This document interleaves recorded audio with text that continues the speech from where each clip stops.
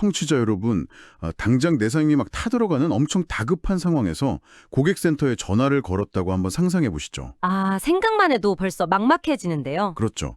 근데 수화기 너머로 들리는 게 따뜻한 사람 목소리가 아니라 규정상 상담원 연결이 어렵습니다. 처음으로 돌아가시려면 우물정자를 누르세요. 뭐 이런 차가운 ALS 기계음이 무한 반복되는 겁니다. 와, 그건 진짜 당황스러움을 넘어서 분노가 치밀어 오르는 상황이죠. 맞아요.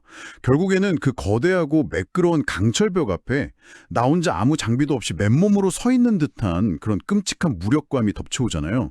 우리가 국가기관이나 거대 행정 시스템을 마주할 때 느끼는 그 서늘한 감각, 오늘 바로 그 이야기를 해보려고 합니다. 네, 그 막막함이라는 게 단순히 절차상의 불편함을 넘어서는 거거든요. 한 개인의 존재 자체가 거대한 기계 부속품에 의해 무시당하고 지워지는 듯한 약간 근원적인 공포를 유발하죠. 맞습니다.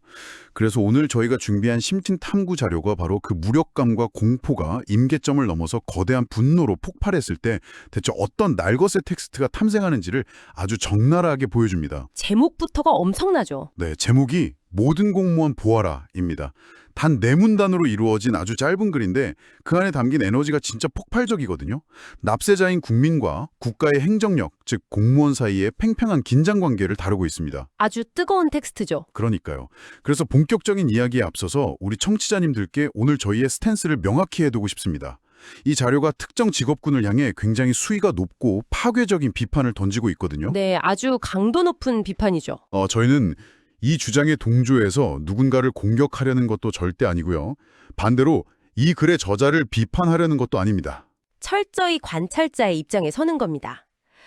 용광로처럼 펄펄 끓고 있는 이 텍스트를 집게로 조심스럽게 집어 올려서 현미경 아래에 두는 거죠. 아, 현미경 아래요? 좋습니다. 네, 이 극단적인 감정 기저에 도대체 어떤 철학적 배경이 깔려 있는지, 그리고 인간이 시스템의 벽 앞에서 좌절할 때 심리적으로 어떤 벼랑 끝에 서게 되는지, 그걸 객관적으로 해체해보는 게 오늘 저희의 유일한 목적입니다. 네, 아주 명확합니다. 그럼 바로 들어가 보죠.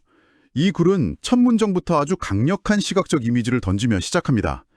국가라는 방패 뒤에 숨어 납세자에게 위압적 고통을 가하는 공무원들에게 이렇게 포문을 열거든요. 확 꽂히는 문장이네요. 네, 저는 여기서 이 국가라는 방패라는 표현에 시선이 딱 멈췄습니다. 이게 개인 대 개인의 싸움이 아니라 상대방은 절대 뚫리지 않는 무적의 갑옷을 입고 있다는 그 권력의 불균형을 아주 날카롭게 짚어냈어요. 그 방패라는 은유가 상황의 본질을 정확히 꿰뚫고 있는 겁니다. 공공기관 창고에서 벌어지는 갈등을 가만히 들여다보면요. 민원인은 자신의 이름과 삶의 무게를 전부 걸고 그 자리에 서 있는 거거든요. 잃을 게 너무 많은 맨몸의 상태인 거네요. 그렇죠. 반면에 그 앞에 앉아있는 규정의 집행자는 자신의 개인적인 자원이나 감정을 소모할 필요가 없습니다. 그 사람을 보호하는 건 개인이 가진 힘이 아니라 국가 시스템이라는 아주 거대하고 견고한 성벽이니까요. 아까 제가 처음에 말씀드린 그 ARS 기계음처럼 말이죠. 민원인은 당장 피가 마르는데 창고 너머의 상대방은 감정 동요 하나 없이 상대방의 피해는 외면한 채 나는 법대로 집행할 뿐 이러면서 기계적인 대답만 반복한다는 겁니다. 아주 냉소적인 태도로 보일 수 있죠. 네, 근데 저는 여기서 약간 의문이 생깁니다. 그 창고에 앉아있는 사람들도 퇴근하면 누군가의 가족이고 그냥 평범한 이웃이잖아요. 당연하죠. 우리 주변의 평범한 사람들이죠. 그런데 왜 유독 그 시스템의 방패 뒤에만 서면 타인의 고통에 그렇게 둔감해지는 걸까요? 진짜로 그 사람들이 냉혹하고 악해서 그런 걸까요? 그건 거대한 조직의 메커니즘이 인간 심리를 어떻게 바꾸는지 들여다보면 답을 찾을 수 있습니다. 심리학이나 조직 행동론에서는 이걸 책임의 분산 현상으로 설명하거든요. 책임의 분산이요? 네, 하루에도 수십 수백 명의 절박한 사람들을 마주해야 하는 행정 시스템 안에서 만약 담당자가 모든 민원인의 고통에 깊이 공감한다면 아마 그 사람 정신은 며칠을 버티지 못하고 무너질 겁니다. 너무 감정 소모가 심하니까요. 맞아요. 그래서 일종의 심리적 방어 기제로 자신을 기계의 톱니바퀴처럼 인식하게 되는 거죠. 내가 당신을 괴롭히는 게 아니다. 나도 어쩔 수 없다. 규정이 그런 거다. 이렇게 시스템의 책임을 전가하는 겁니다. 아하, 그렇게 책임을 넘김으로써 자신의 심리적인 가책으로부터 안전해지는 거군요. 정확합니다. 그러니까 듣고 보니 그 기계적인 태도가 단순한 악의가 아니라 압도적인 업무량 속에서 살아남기 위한 생존 본능일 수도 있겠네요. 충분히 그렇게 볼 수 있죠. 하지만 오늘 자료의 저자는 바로 그 지점을 용납하지 않는 겁니다.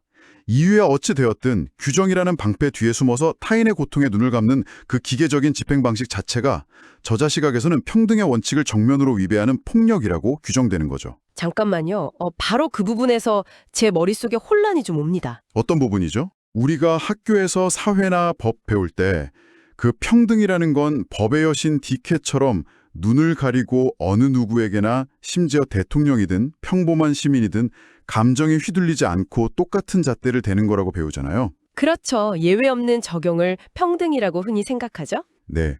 그런데 이 텍스트는 완전히 반대로 말하고 있어요. 오히려 예외 없이 법대로만 기계처럼 집행하는 게 평등의 원칙을 깬다고 주장합니다. 왜 법을 있는 그대로 집행하는 게 문제가 된다는 걸까요? 아주 예리한 반론이네요. 우리가 흔히 생각하는 그 기계적 평등은 산술적 평등입니다. 누구에게나 무조건 똑같이 10이라는 잣대를 들이대는 거죠.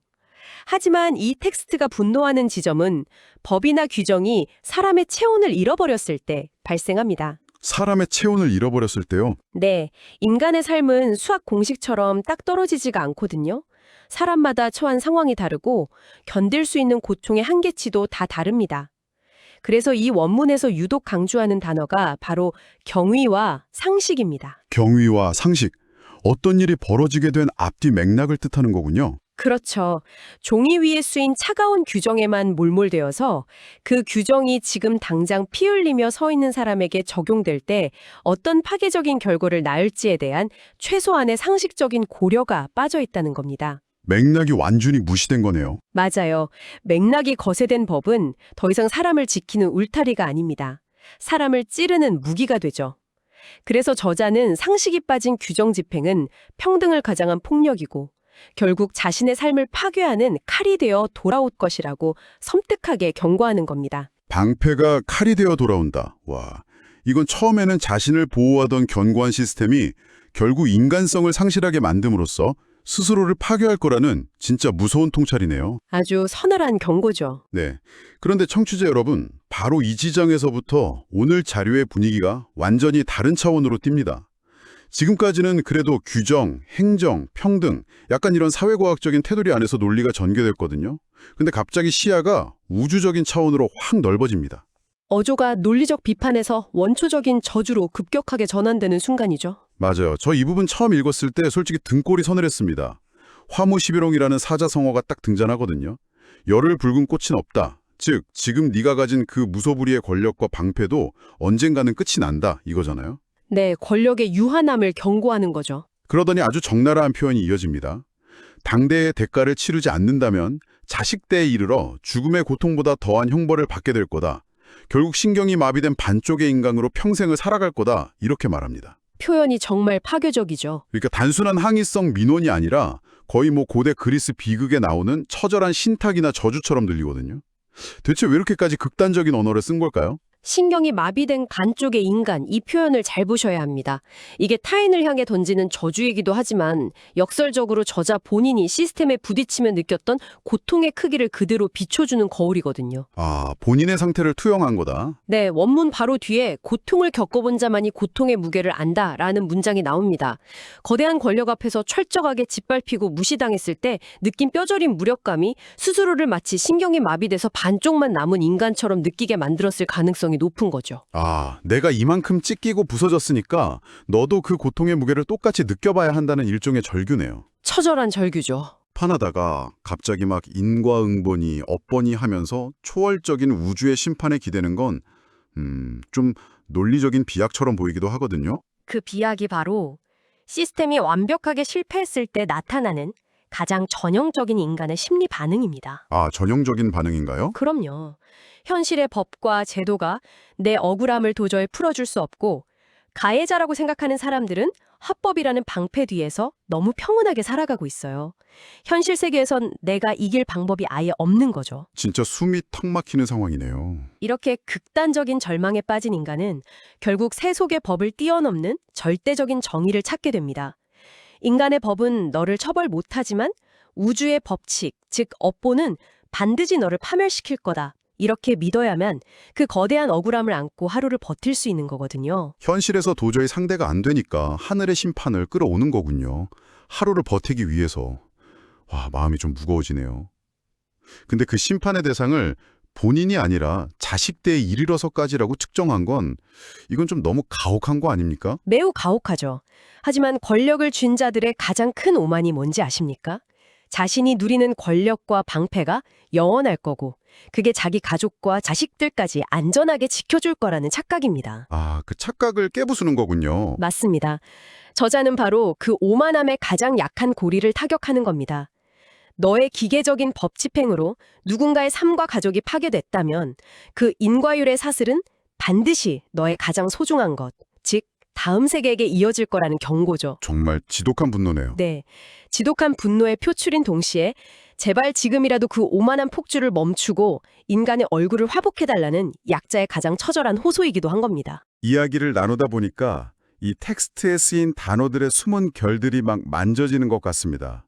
처음 시작할 때는 거대하고 차가운 국가의 방패 이야기로 시작해서 그게 사람을 베는 칼이 됐다가 이제는 피할 수 없는 우주적인 업보로 스케일이 엄청 커졌어요. 감정의 롤러코스터죠? 맞아요. 그런데 이 롤러코스터를 다 타고 나면 텍스트가 마지막으로 도착하는 아주 고요하지만 단단한 진리가 딱 하나 있습니다. 민주주의 행정 시스템의 존재 이유 자체를 묻는 아주 근본적인 질문이죠. 네, 원문은 이렇게 선언합니다. 국민이 있어야 공무원도 존재한다. 이 자명한 진리를 망각한 채 권력을 남용하는 자는 반드시 그 업보를 면치 못할 것이다. 표면적으로는 공무원이 법규를 무기로 모든 힘을 통제하는 것 같았는데 결국 그 권력의 진짜 주인이 누군지 힘의 역전을 아주 통쾌하게 짚어내요. 이 문장이 행정학에서 말하는 대리인 이론, 에이전시 티어리의 정수를 아주 날카롭게 찌르고 있는 겁니다. 대리인 이론이요? 네, 권력을 가진 원래의 주인이 자신의 권한을 대리인에게 위임한다는 개념인데요. 국가라는 맥락에서 주인은 당연히 주권자인 국민이고 대리인은 공무원과 행정기관이죠. 공무원이 휘두르는 그 막강한 방패는 그들 개인 소유물이 아니라 시민사회 전체가 빌려준 것에 불과하거든요. 아, 제가 청취자님들 이해하기 쉽게 비유를 하나 들어볼게요. 제가 막 돈을 모아서 작은 카페를 하나 차리고 매니저를 한 명 고용했습니다. 네, 사장님이 되셨네요. 근데 어느 날 제가 제 카페에 커피 한 잔 마시러 갔더니 그 매니저가 출입문을 잠궈놓고 본사 규정 3조 2항에 따라 사장님은 현재 위생모를 쓰지 않으셨으므로 출입이 불가합니다. 이러면서 저를 내쫓는 겁니다. 와, 황당하네요. 분명히 내 가게고 내 권력인데 매니저가 규정을 무기 삼아서 주인을 통제하는 어처구니 없는 상황이 벌어진 거죠. 완벽한 비유입니다. 원문이 비판하는 게 바로 그 주객전도의 상황이거든요. 대리인이 위임받은 권력으로 원래 주인인 국민을 억압하고 고통을 주면서도 그게 마치 자신들의 고유한 권리인 양 착각하는 태도를 꼬집는 거죠. 그러니까 국민이 있어야 공무원도 존재한다는 말은 네가 들고 있는 그 방패의 진짜 주인이 누군지 똑똑히 기억해라. 이런 엄중한 경고네요. 정확합니다. 그리고 대망의 마지막 문장입니다. 이 짧고 강렬한 글은 아주 묵직한 한 줄로 끝을 맺거든요.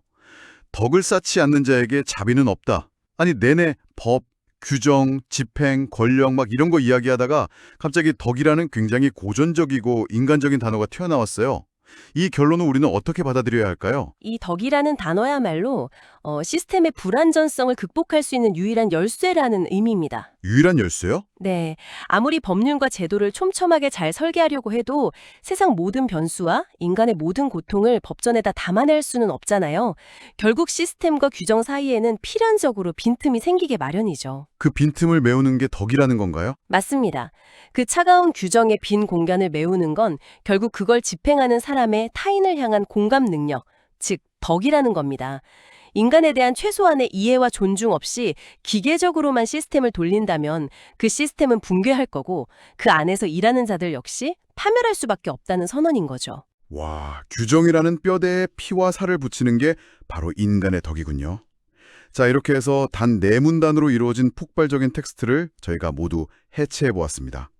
청취자 여러분, 오늘 저희는 모든 공무원 보아라 라는 글 속에 얽혀있는 거대한 분노와 절망, 그리고 그 안에 숨겨진 진정한 평등과 권력 본질에 대한 철학적인 외침을 깊이 있게 따라가 봤습니다. 네, 다시 한번 말씀드리지만 저희는 이 텍스트의 분노가 모든 공공기관 종사자들에게 향해야 한다고 생각하지 않습니다. 절대 아니죠. 오히려 우리가 진짜 주목해야 할 것은 거대한 톱니바퀴처럼 돌아가는 현대사회 시스템 속에서 한 개인이 그 톱니바퀴에 끼었을 때 얼마나 깊은 절망감을 느끼는지, 그리고 그 절망이 어떻게 인간성과 덕에 대한 절박한 호소로 변모하는지 그 궤적을 짚어보는 것이었습니다. 맞습니다. 분노의 텍스트를 통해 역설적으로 가장 인간적인 가치를 돌아보게 된 시간이었네요. 오늘 저희가 준비한 심층 탐구는 여기까지입니다만 마이크를 끄기 전에 청취자님들이 일상으로 돌아다셔서 혼자 곰곰이 씹어보실 수 있는 생각의 씨앗을 하나 남겨드리고 싶습니다. 어떤 질문일지 기대되네요. 오늘 텍스트의 저자는 차가운 법 집행의 대안으로 개개인의 상식과 덕을 아주 강력하게 요구했거든요. 하지만 한번 상상해 보시죠. 사람 마음이라는 건 너무 주관적이고 쉽게 변하잖아요. 현대의 이토록 복잡한 사회 속에서 우리는 과연 타인을 향한 공감이나 덕 같은 불확실한 감정을 법률과 시스템 안에 명문화해서 써놓을 수 있을까요? 어려운 문제죠. 만약 행정의 기준이 담당자의 덕에 좌우된다면 그건 또 다른 불공정과 부패를 낳지는 않을까요? 아니면 인간 본성이 불완전하니까 우리는 스스로 상처 입을 걸 알면서도 영원히 차갑고 융통성 없는 규정에 기댈 수밖에 없는 걸까요? 딜레마네요, 정말. 엄격한 공정성을 잃지 않으면서도 타인의 고통을 외면하지 않는 따뜻한 인간애를 동시에 품을 수 있는 완벽한 시스템은 과연 어떤 모습일지. 불이 난 고객센터에서 기계음 대신 나를 구출해줄 사람의 목소리를 듣기 위해 우리는 무엇을 고민해야 할지 청취자 여러분도 오늘 하루 깊이 한번 상상해 보시길 바랍니다. 지금까지 심층탐구 함께해 주셔서 감사합니다.